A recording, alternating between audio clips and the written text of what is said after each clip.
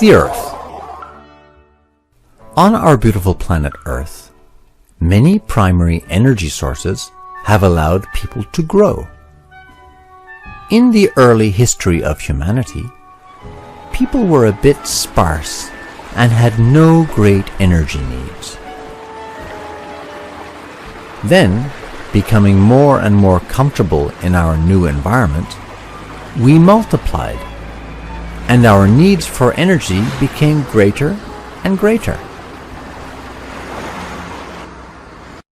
Nowadays, cars, boats, airplanes, machinery, factories, television, computer, and all electrical appliances are part of our environment, which has become a little less natural.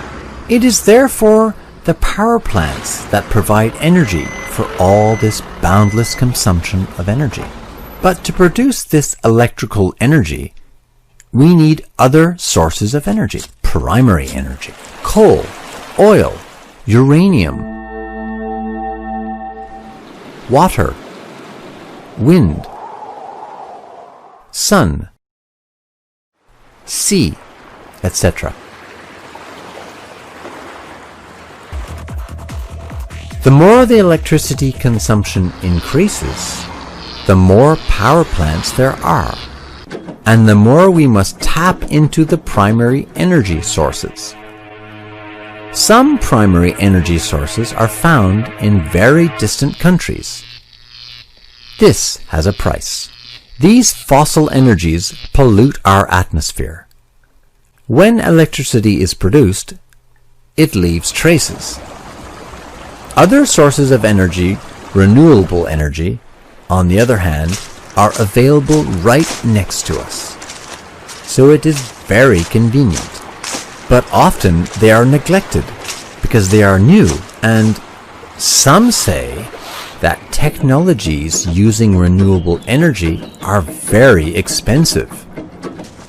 However, fossil fuels will one day become so rare and so expensive that people, thinking intelligently, will be interested in these renewable energies that do not pollute. Yes, cities and towns can imagine new ways of living by building factories, vehicles, and other commodities that will use clean energy. However, each one of us can also save the planet every day. There are lots of ways that we do not even think of. Turn the lights off.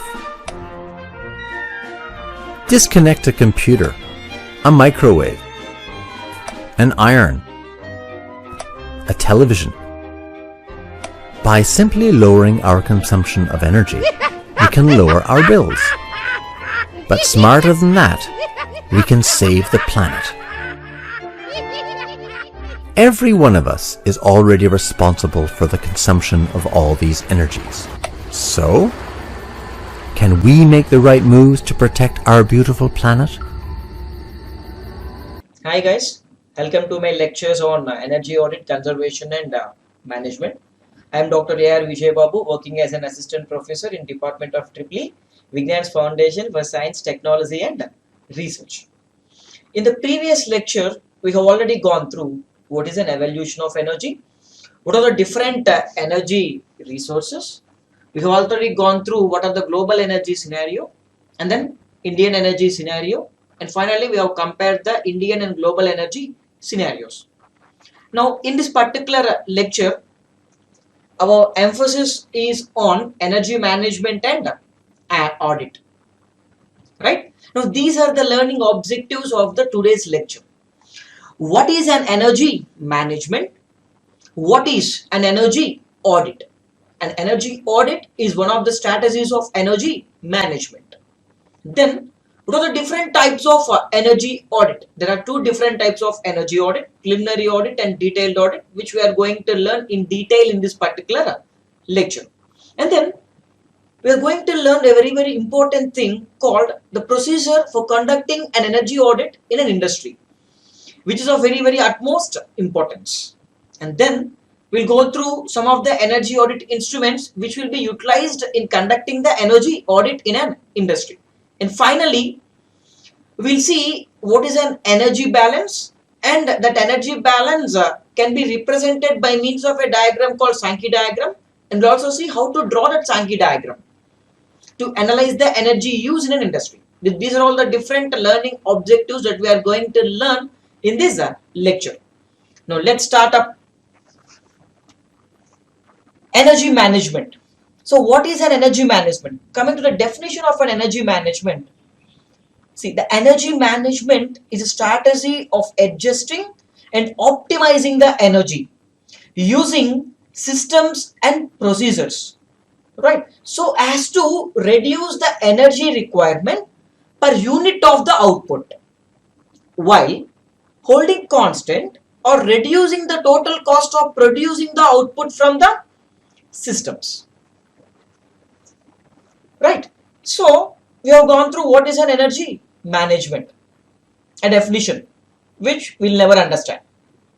Let me try to put it in this way for your clear understanding. Let's take an example of a cement factory, and this cement factory in our example is producing 5,000 bags of cement every day. So how many bags of cement? 5,000 bags of cement every day. And each bag, and to produce each and every cement bag, that industry is consuming, say let example, 25 kilowatt hour of electrical energy. Is that fine? So what I told you, there is a cement industry, and that industry is producing 5,000 bags of cement every day, and each bag of cement is consuming 25 kilowatt hour of electrical energy for its production. Now let us say, what is an energy management in this particular cement industry? So now I need to incorporate, or I need to modify certain procedures and systems in the cement industry in such a way that the amount of energy produced per unit of the cement bag should be less.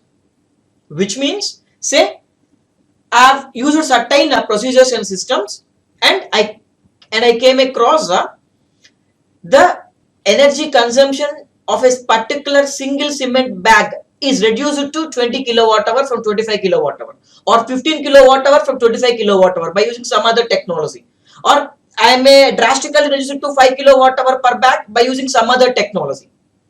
This is the main objective of the energy management, to reduce the energy consumption per unit of the output product. So in this case, I want to reduce the output product cement bag,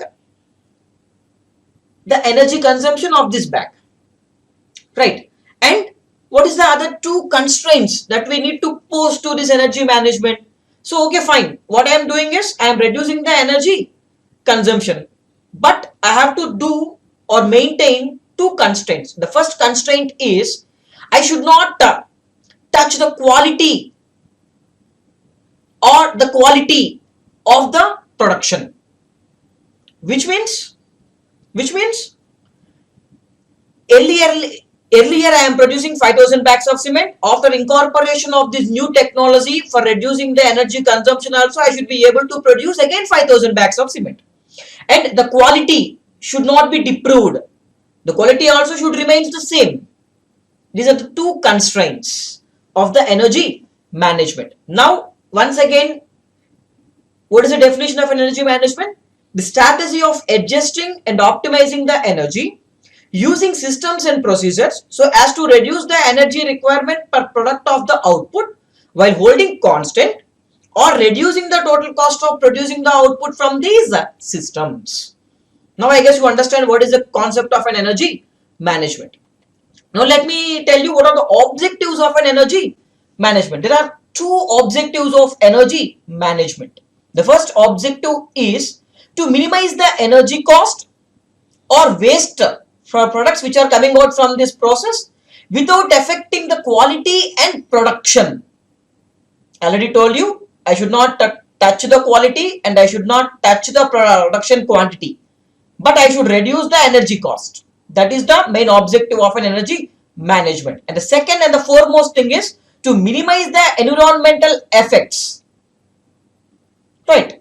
Whenever I am reducing the energy is nothing but I am reducing the energy consumption is nothing but I am improving the environmental standards. I am polluting the environment very less.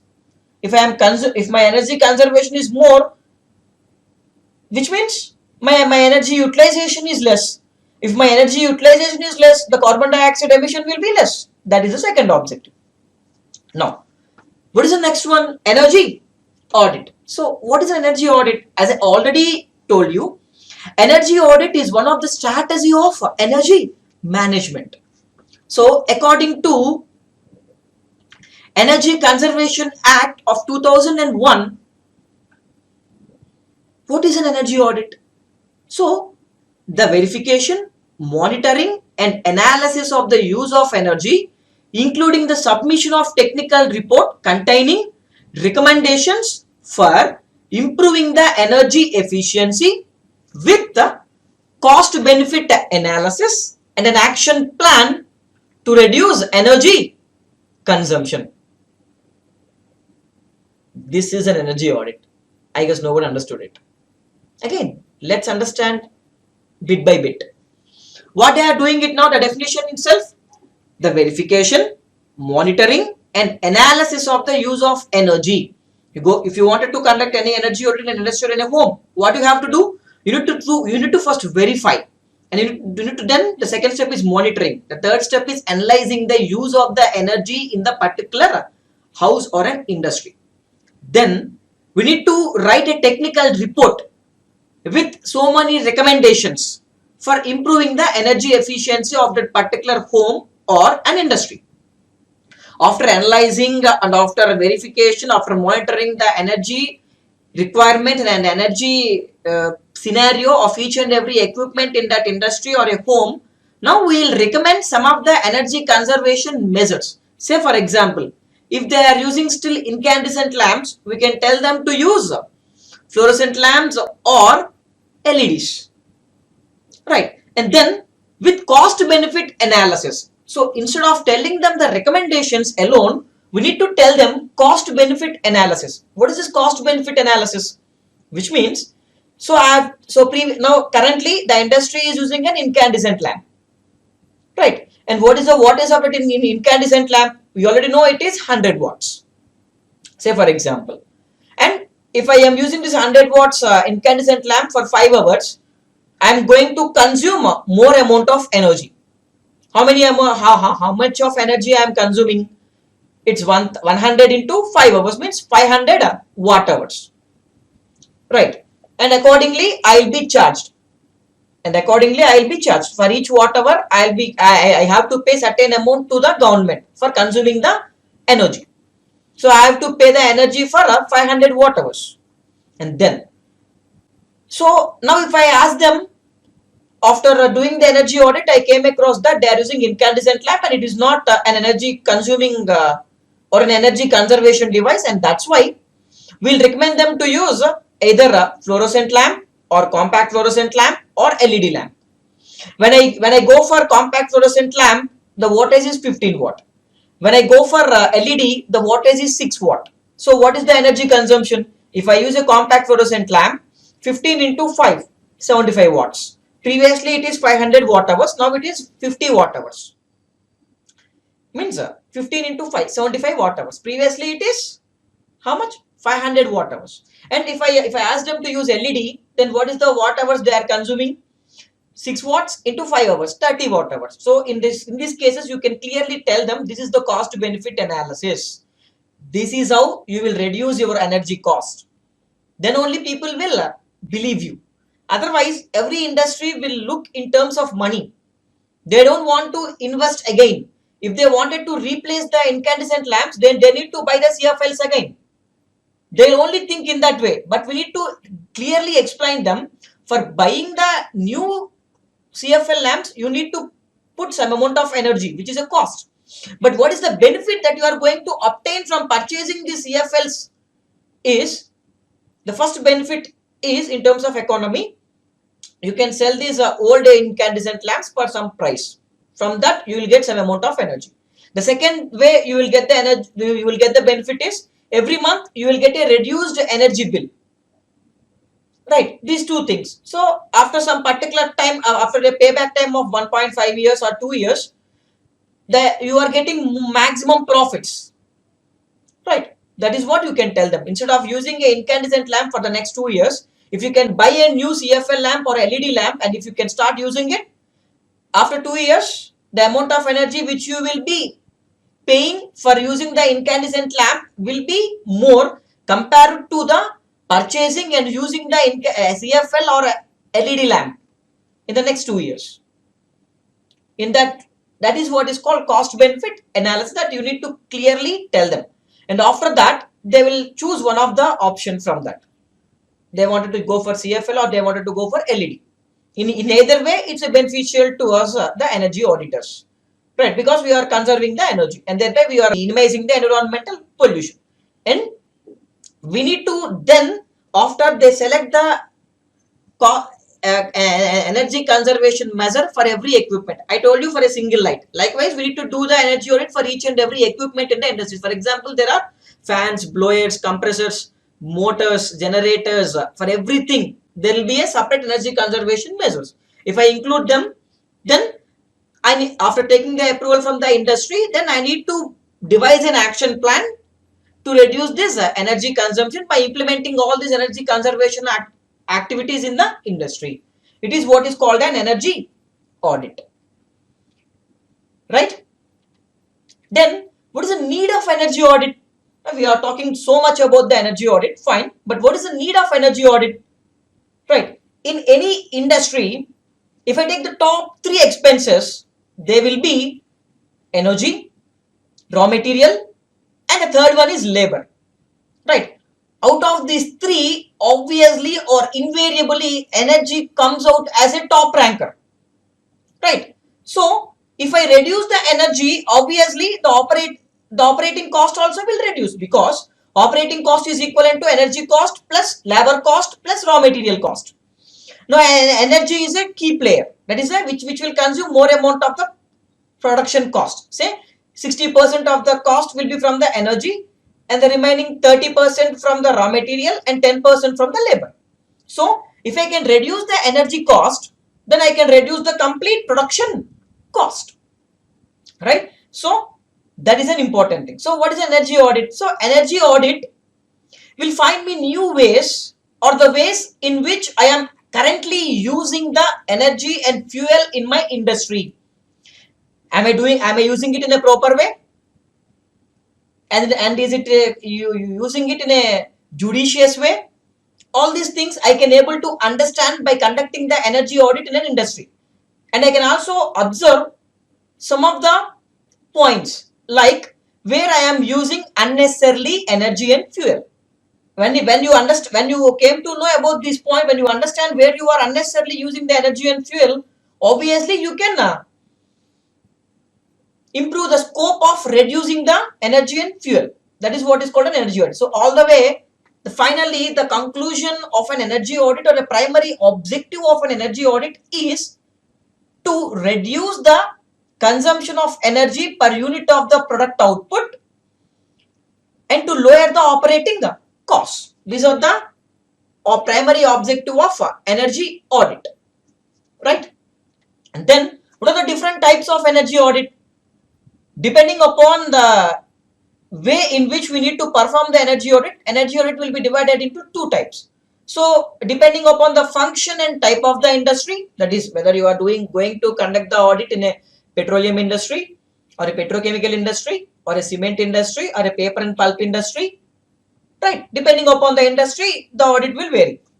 And depth to which the energy audit is needed. Depth in the sense, say for example, there will be 2 types of equipment in any industry: auxiliary equipment and the main equipment. Main equipment will be the compressors, fans, furnaces, blowers, all these things, and motors, all those things. And auxiliary equipment will be lighting, floor lights, ceiling lights, fans, all those things, normal fans, all those things.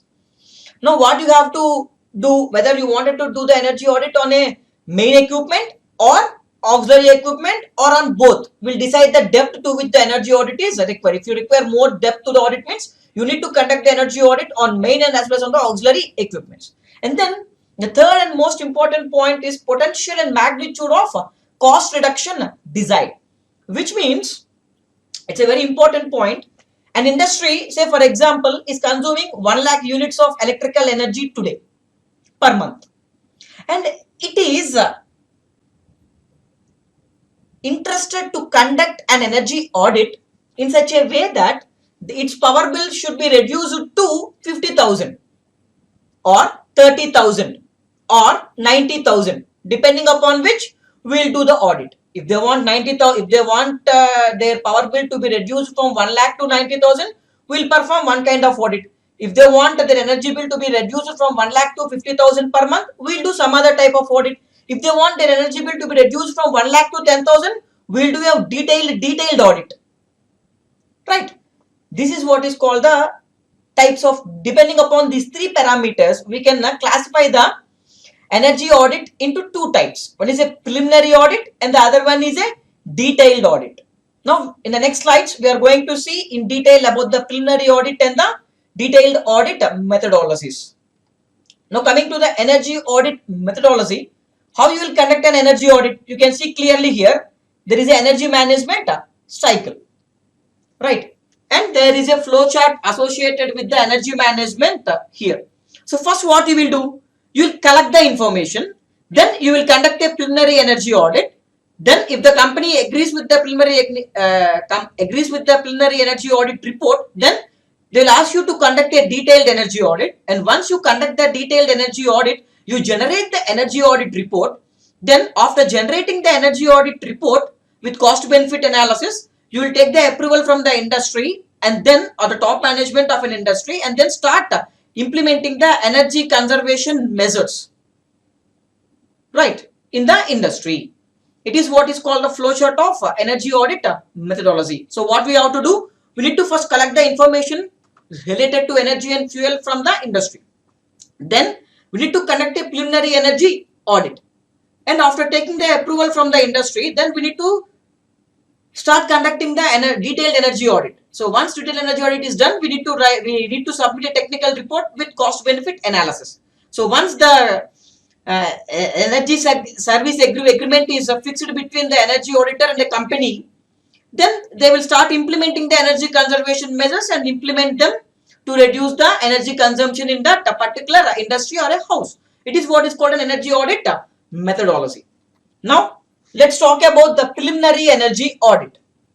So for conducting the preliminary energy audit, an initial study of the place where we need to conduct the audit, we need to inspect it, right? Then what we have to, first hand observations we need to observe. Once you go and visit that company, now you have to note some of the important parameters by looking at the industry in your first hand experiences. That is, you need to establish the energy consumption in the organization. You need to note down what is the energy that the organization is consuming, what is the power bills of an organization, and then estimate the scope for saving.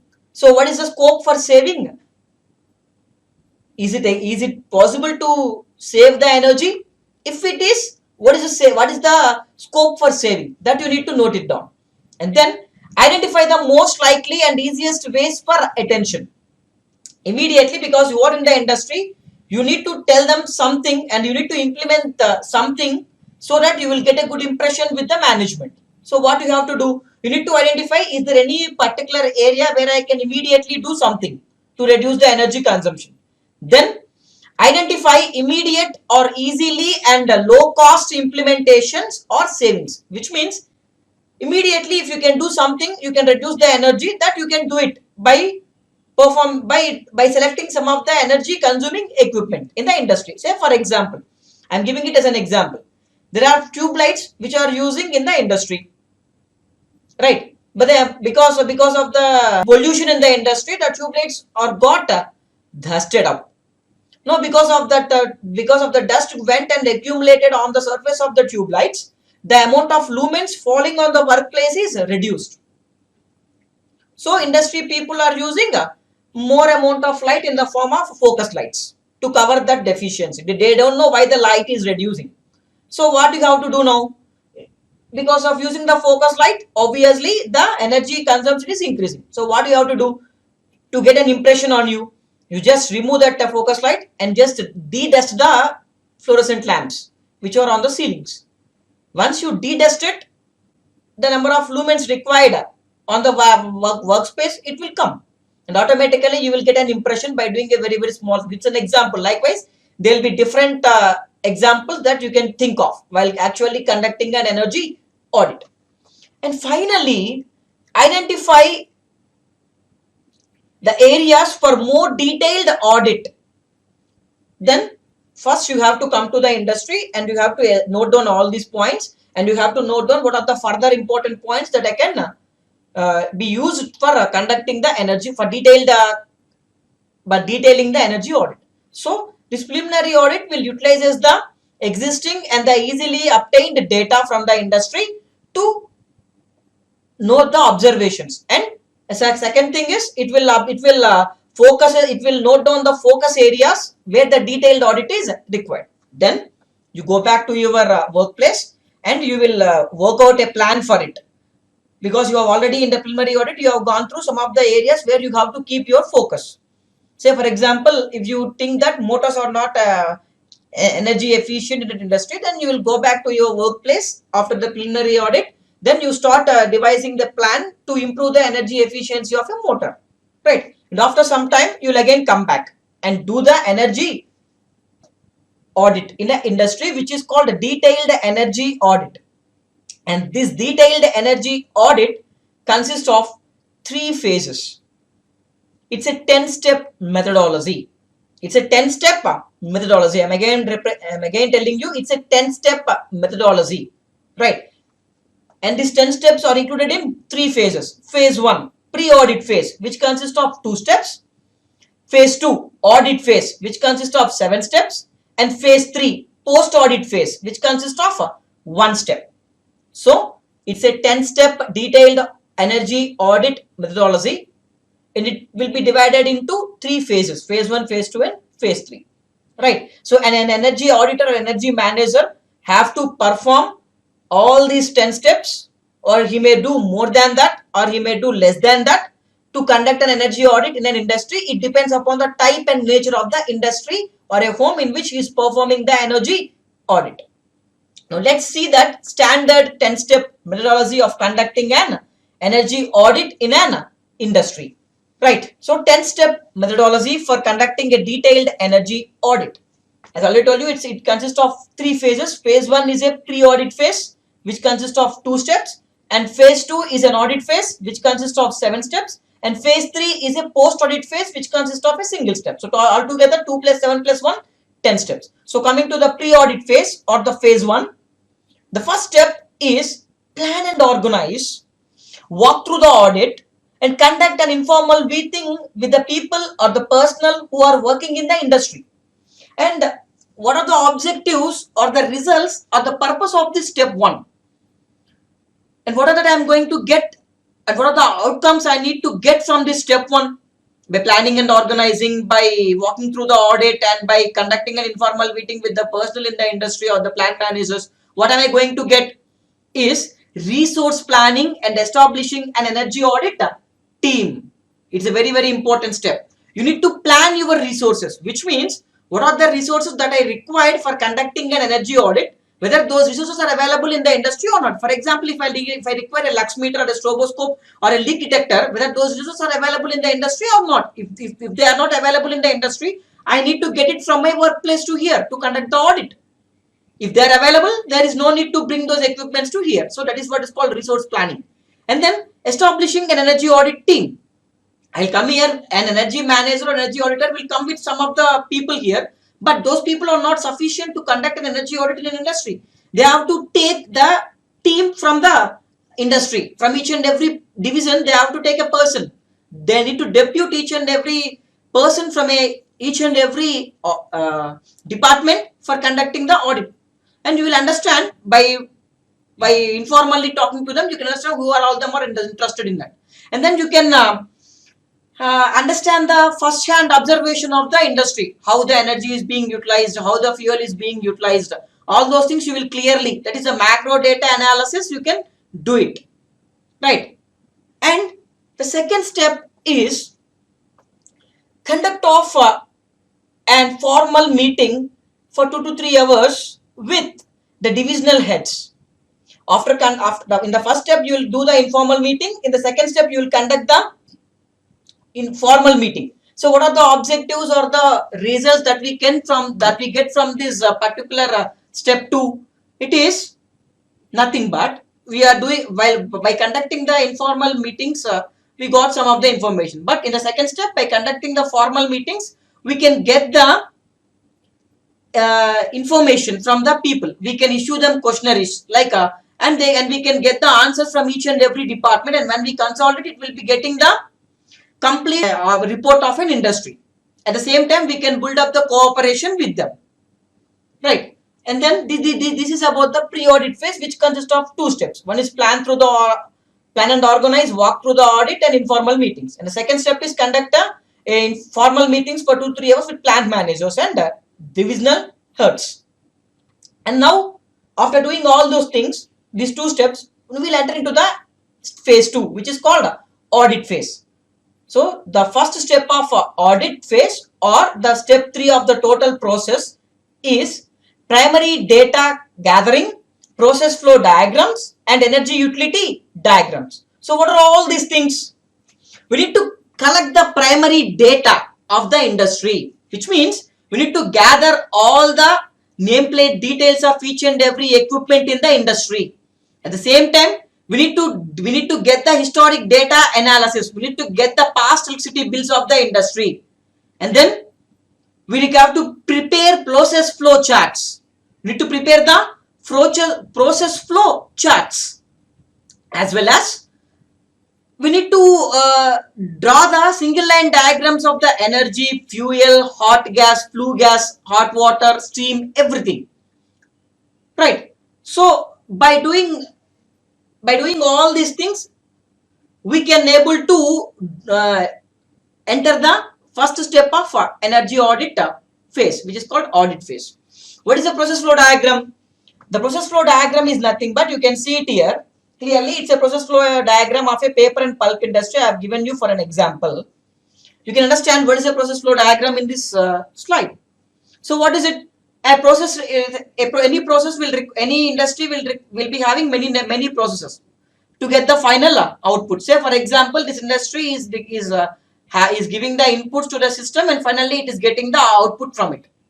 So how it will be looking like? Say the inputs are given to process step 1, and from that you will get the byproduct as well as the waste, right? And this byproduct will again be acts as an input to the process step 2, and from this process step 2 again you will get waste products and outputs, and some additional inputs also you need to give it to the process step 2 instead of giving the byproduct of step 1 along with the byproduct of step 1. So likewise, if there are 10 number of steps, and 10 number of steps will be like that. So it is how the final process flow diagram of a paper and pulp industry will look like this. There is no need to mug up this. It is just an understanding purpose. When you go and do the energy audit for a particular industry, you will be drawing it neatly for depending upon the type of the industry. It will vary from industry to industry and division to division in an industry. And then finally, the second step of audit phase, or the fourth step of the complete process, is conduct survey and monitoring. What we have to do? What is the survey we need to conduct, and what we have to monitor? First, we need to measure the parameters. Like by using the easily available equipments in the industry, you have to measure the insulation strength of a machine, of a dielectric, or the lumens output of a lighting system. Examples are like this. So you need to measure all these parameters first, and you need to, after measuring all those parameters, in the previous step you have collected the historic data analysis. That is the nameplate details of each and every equipment in the industry. Now, for example, you have taken a motor, you have a nameplate detail, the rated features of that motor. Now you have measured the equipment. So once you measure this equipment, what you got it? You got some values and you tally that design values with the operating values. If there is a problem, then obviously there is a big problem in the energy consumption of that equipment. Right? It is what we need to understand in this fourth step, which is a very important step. We need to do this thing for each and every equipment in the industry. All the fans, motors, compressors, blowers, furnaces, motors, generators, lighting, everything we need to do this thing. And finally, after doing all those things, we'll understand that it's with some particular equipment I have a problem. And then what you have to do now? Now you have to select those energy consuming equipments and perform the step number 5. That is the detailed experiments on those particular equipments whose operating data is varied from the design data.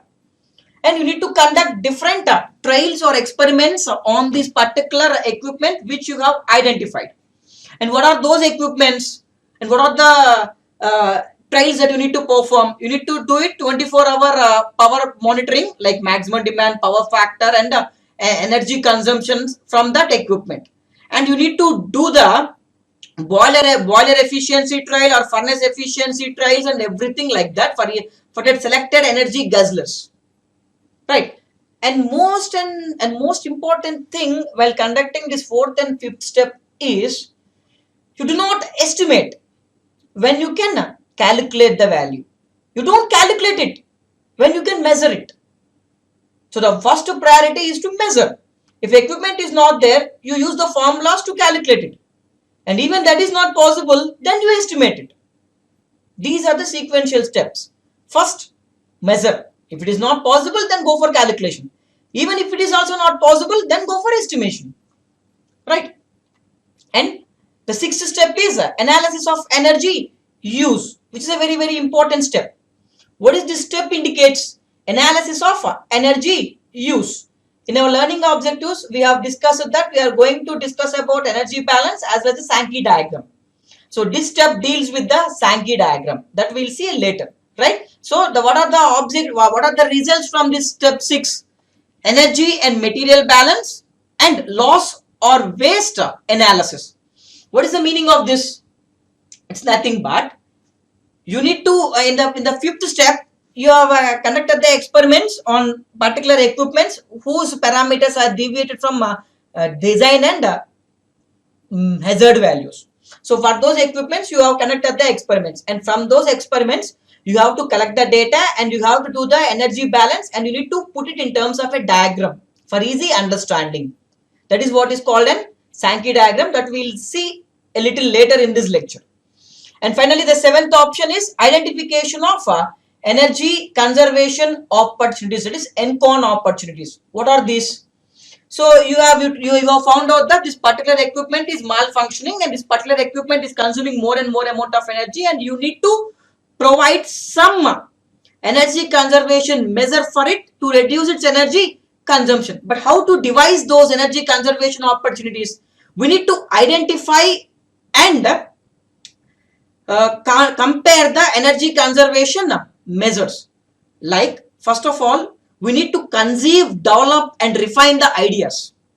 Right? And then we need to look at the previous energy audits, if any.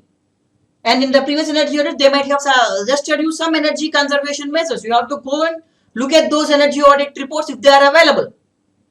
And then put a brainstorming sessions with the industrial people along with your team and identify a new technology by means of which you can reduce the energy consumption in that particular equipment. And finally, contact the vendors for energy efficient equipments which are available to reduce the energy consumption for this particular problem in a particular equipment. These are all the things you will perform in this seventh step. And the eighth step is cost benefit analysis. As I already told you, what is cost benefit analysis? You have to provide them 2 or 3 alternatives. Say for example, there is a problem in the motor. So to reduce the energy consumption of a motor, you don't have to specify. You should not specify a single solution. You have to specify 3 or 4 solutions for the problem with cost benefit analysis. So industry will obviously look into cost benefit analysis. As an energy engineer, you have to look into energy conservation and emission reduction, but industry will always look into economics. So you need to optimize between your thinking and their thinking, and you need to go an intermediate way, and you need to convince them, right? Your intention is to reduce the energy consumption and to minimize the pollution, but their intention is to reduce the cost. You need to match up with the both. You need to optimize at some point between these 3 objectives, right? And finally, the last step of the audit phase is report writing and presentation to top management. So what you will do after doing all these things, now for each and every equipment you have conducted the energy audit, and you have found out, and you have done different experiments, and you have found out the Sankey diagrams of different elements, equipments in the industry, and you have found, and you have identified the different energy conservation opportunities, and you have found out the different cost benefit analysis for different solutions for that particular problem, and all those things you need to report and submit it to the top management. Then they will take the decision whether to do it or not, right? And finally, coming to the last step, or the 10th step of the energy audit process, it's the post audit phase, or the third phase, which consists of a single step, implementation and follow. Means what? After conducting an energy audit, an energy auditor should able to incorporate all those energy conservation measures into the industry. For that, he need to devise some action plan, and he need to schedule the installations of each and every equipments in the industry, and then he need to regularly follow it up. This is what is called the final energy audit procedure, the 10-step energy audit procedure of an detailed energy audit. So what are the steps? We can brush up to the steps. The first step, and as usual, this energy audit consists of 10 steps, which will be split into 3 phases. Phase 1 consists of 2 steps, and phase 2 consists of 7 steps, and phase 3 consists of a single step. The phase 1 is called pre-audit phase, and phase 2 is called audit phase, and phase 3 is called post-audit phase. And what you will do it in the post-audit phase, the phase 1 consists of 2 steps, and the step 1 is to plan and organize, walk through the audit, and conduct an informal meeting with the personnel in the industry and plant managers. And the second step is to conduct the brief meetings with the brief and formal meetings with the divisional heads and plant managers, and extract the questionnaires from them, right, and build up their cooperation. With that, the pre-audit phase is completed. Now the second phase is phase 2, which is an audit phase, and the third step is to primary data collection, process flow diagrams, and energy utility diagrams. You need to draw all those things, and you need to collect the previous data with you. And finally, the fourth step is to conduct survey and monitor. You need to conduct a survey and monitor all the equipments in the industry. And the fifth step is to identify the equipments which deviated from the actual nameplate details, and you do a detailed experimentation on what selected energy guzzlers. Right, that is the fifth step. And what is the sixth step? And after doing this, you need to tabulate that result in the form of a diagram called the energy balance diagram, called Sankey diagram. It is the analysis of energy use. And then for this particular device, you conceive or refine and develop different energy conservation alternatives, right, for reducing the energy consumption of that particular device which is malfunctioning, by contacting the vendor or by producing a new technique likewise.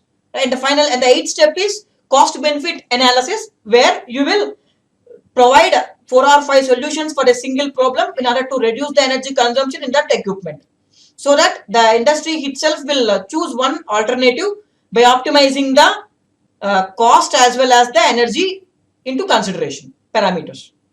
And the ninth step is you need to report all those things which you have conducted to the and submit it to the top management. And finally, the third phase is the post-audit phase, where the energy auditor has to implement all these energy conservation measures, and he has to follow up the each and every step. And after that, you need to conduct an energy audit once again, and you need to tell that industry that you have reduced the energy consumption by this much after conducting this energy audit, which is an outcome of this audit.